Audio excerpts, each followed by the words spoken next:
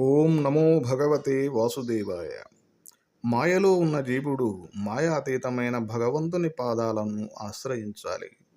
ఈ బ్రహ్మాండమంతా ఒక యంత్రము. ఈ యంత్రములో ఉన్న మనం దీనికి యజమాని అయిన భగవంతుని ఆశ్రయించాలి. భౌతిక శక్తి, మానసిక శక్తి, ఆధ్యాత్మిక శక్తులు ఒకదానికంటే ఒకటి గొప్పవి. దీపం దీపం అని కలవరిస్తే చీకటి పోతుందా? దానికి కావలసింది ప్రమిద, ఒత్తి, నూనె. కాబట్టి ఆచరణయోగ్యమైన భక్తి కావాలి. ఒకచోట ఇద్దరు విద్యార్థులు ఉన్నారు.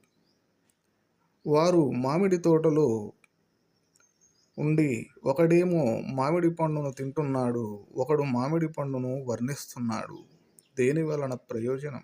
అలాగే మనం ప్రాక్టికల్ వేలోకి ప్రయాణించాలి.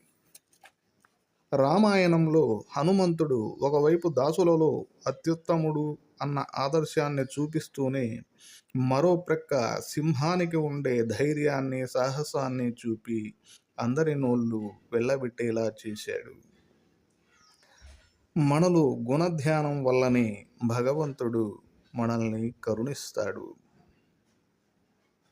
ఓం తత్సత్. హరే కృష్ణ.